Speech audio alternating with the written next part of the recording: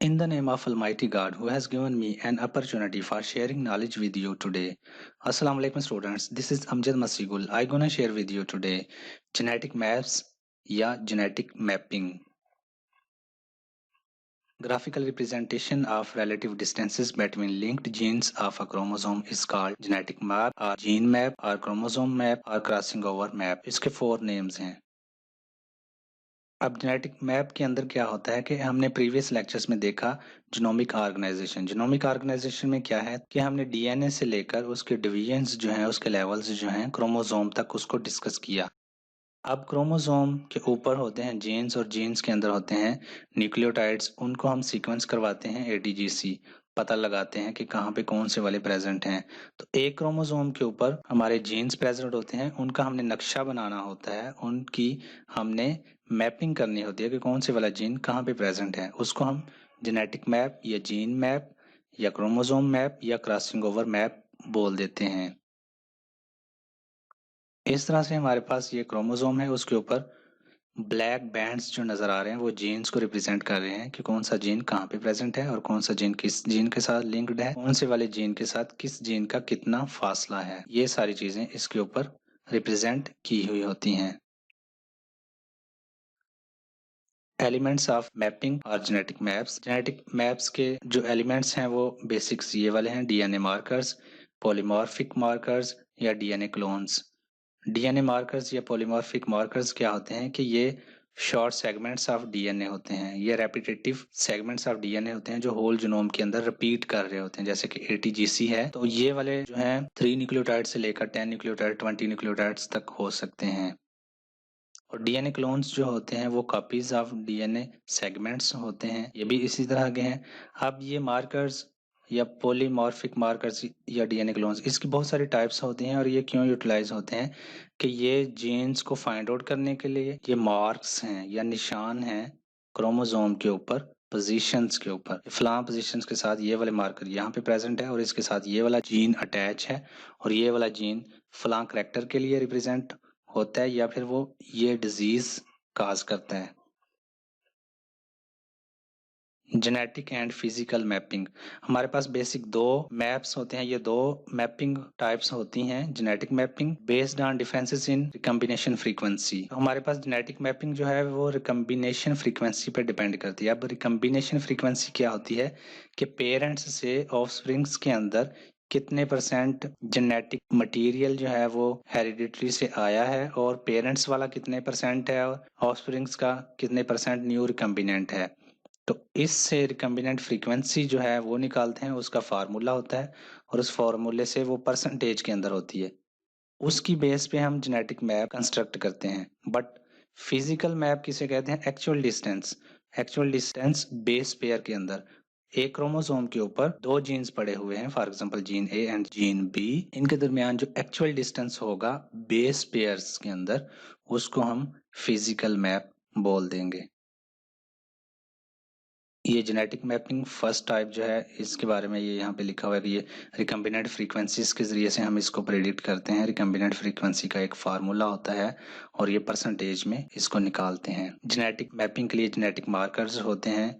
वो genetic markers क्या हो सकते हैं? वो रेपिटेटिव सीक्वेंसेस ऑफ डीएनए हो सकती हैं, जैसे कि हमने प्रीवियस एलिमेंट्स में डिस्कस किया है, या फिर वो पोजिशन कैंस भी जीन्स हो सकते हैं, जीन्स जो कि रिस्पॉन्सिबल होंगे किसी भी फिनोटाइप के लिए, आई कलर वगैरह किसी ट्रेड के लिए एक जीन कैरी करता है।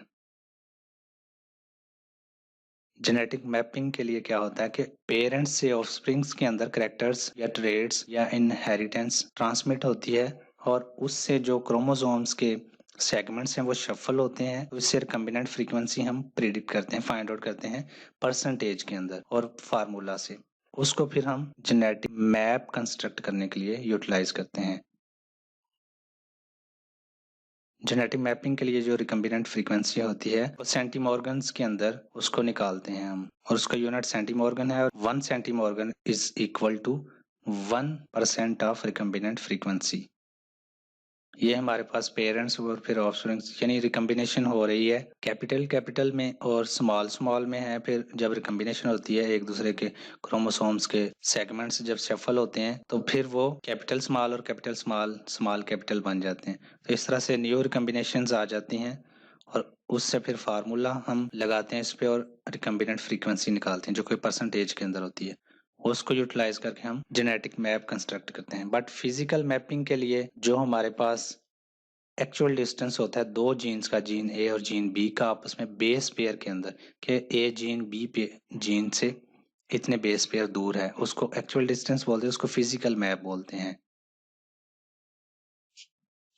फिजिकल मार्कर्स होते हैं हमारे पास RFLP, SSLP, SNP। ये शॉर्ट सेगमेंट्स होते हैं डीएनए, रेपिटेटिव सेगमेंट्स होते हैं डीएनए के जो कि रिपीट्स और होते हैं जीनोम के अंदर। RFLP क्या है? Restriction fragment length polymorphism. SSLP क्या है? Simple sequence length polymorphism. SNP क्या है? Single nucleotide polymorphism. तो ये शॉर्ट सीक्वेंसेस हैं। ये हमारे पास genetic map and physical map के लिए एक डायग्राम है। इसके अंदर सबसे ऊपर देख लें कि हमारे पास जेनेटिक मैप है, क्योंकि जेनेटिक मैप जो है वो सेंटीमॉर्गन के ऊपर जो कि CM लिखा हुआ है उसके अंदर हम इसको प्रेडिक्ट करते हैं। अगर इसी को हम बेस पेयर्स के अंदर हम मैयर करें जो कि नीचे MB लिखा हुआ है तो फिर हम इसको फिजिकल मैप बोल देंगे। Purpose and uses of mapping कि मैपिंग किस लिए हम यूज करते हैं? दो जीन्स का आपस में डिस्टेंस मालूम करने के लिए हम मैपिंग करवाते हैं, या हम ये प्रिडिक्ट करने के लिए कि कहाँ पे कौन सा जीन प्रेजेंट है उसको, या फिर दो जीन्स का आपस में लिंकेज क्या है उसको प्रिडिक्ट करने के लिए, देखने के लिए, या फिर उसकी रिकम्बिनेशन क्या है, दो जीन्स के आपस में कौन से वाले क्रोमोसोम्स के सेगमेंट्स शफल हो रहे हैं। इन चीजों को हम स्टडी करने के लिए genetic and physical map construct करते हैं। फिर रिकम्बिनेशन फ्रीक्वेंसी, दो जीन्स की आपस में रिकम्बिनेंट फ्रीक्वेंसी डिटरमिन करने के लिए, फिर डायग्नोज करने के लिए कि फलां मार्कर के पास फलां वाला जीन पड़ा हुआ है, वो वाला जीन किस ट्रेड के लिए है, क्या वो डिजीज काज तो नहीं करता। डिजीजेस एंड डिसऑर्डर्स को डायग्नोज करने के लिए फिर सिलेक्टिव ब्रीडिंग के लिए हम मार्कर्स को यूटिलाइज करते हैं। जैसे कि मेरा जो थीसिस था वो SSR मार्कर्स था वीट के अंदर, वो मैंने प्रेडिक्ट किए थे। तो जो अच्छे वाले मार्कर्स होते हैं जिनसे प्रोडक्टिविटी वीट की अच्छी आती है उसको हम यूटिलाइज करके दूसरी वैरायटीज प्रोड्यूस करवा सकते हैं, उसको ब्रीडिंग कहते हैं या सिलेक्टिव ब्रीडिंग। फिर एवोल्यूशनरी रिलेशनशिप फाइंड आउट करने के लिए ये सिलेक्टिव मार्कर्स यूटिलाइज होते हैं। अदर टाइप्स ऑफ मैप्स हैं यहाँ पे, उनको हम देख लेते हैं, इनकी डेफिनेशंस जस्ट हम डिस्कस कर लेते हैं। साइटोजेनेटिक मैप्स होते हैं। साइटोजेनेटिक मैप्स क्या होते हैं कि डायरेक्टली सेल के अंदर से हम जो मैप्स डिटरमिन करते हैं उनको साइटोजेनेटिक मैप्स बोल देते हैं। ये हाइब्रिडाइजेशन के जरिए से हम करते हैं, क्योंकि डीएनए जो हमारा होता है वो डबल स्टैंडर्ड डीएनए होता है और उसके कंप्लीमेंट्री जो हम सेगमेंट ऑफ डीएनए उसके अंदर डाल लेंगे और वो हाइब्रिडाइज हो जाएगा, उसके साथ बाइंड कर जाएगा। उससे हम प्रेडिक्ट कर लेंगे कि फलां से लेकर फलां सेगमेंट तक इतने बेस पेयर तक का हमारा मतलूबा जो सेगमेंट था ये वाला है, हम उसको पकड़ के निकाल लेंगे। ये होते हैं साइटोजेनेटिक मैप्स। फिर दूसरे नंबर पे होते हैं जेनेटिक लिंकेज मैप। एक क्रोमोसोम के ऊपर जीन नंबर 1 या जीन A है और दूसरा जीन 2 या जीन B है, तो जीन A का जीन B के साथ क्या लिंक है उसका जो हम जेनेटिक मैप डिटरमिन करते हैं या कंस्ट्रक्ट करते हैं क्रॉसिंग ओवर के जरिए से, उसको हम जेनेटिक लिंकेज मैप बोल देते हैं। फिर तीसरे नंबर पे हमारे पास रेडिएशन हाइब्रिड मैप्स होते हैं। रेडिएशन हाइब्रिड मैप्स भी वैसे ही होते हैं जैसे हम पीछे पढ़ के आए हैं। Radiation hybrid mapping is very similar to linkage map. ये लिंकेज मैप की तरह का ही होता है। Both methods rely on identification of chromosomes breakage and reassortment. तो हमारे पास जो क्रॉसिंग ओवर होती है उसके अंदर non sister chromatids of chromosomes जो हैं वो एक्सचेंज होते हैं। तो रेडिएशन हाइब्रिड मैप्स के अंदर भी ऐसे ही रिकम्बिनेशन काज होती है, उसकी बेस में हम इसको कंस्ट्रक्ट करते हैं। फिर है हमारे पास कंपैरेटिव मैप्स। कंपैरेटिव मैप्स क्या होते हैं कि दो स्पीशीज के अंदर हम कंपेयर करते हैं कि फलां वाला जीन उसके अंदर भी है उसके अंदर भी है, तो उसकी जो डिफरेंसेस या सिमिलैरिटीज को हम डिटरमिन करने के लिए, स्टडी करने के लिए जो मैप्स कंस्ट्रक्ट करते हैं उसको कंपैरेटिव मैप्स बोल देते हैं। और ये मोस्ट कंजर्व्ड क्रोमोसोम्स सेगमेंट्स को स्टडी करने के लिए होता है। फिर है हमारे पास transcript maps.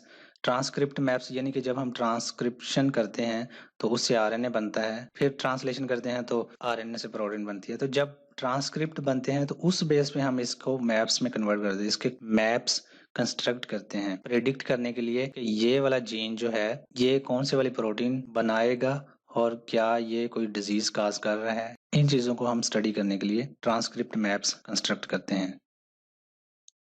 Thanks for your attention, stay blessed.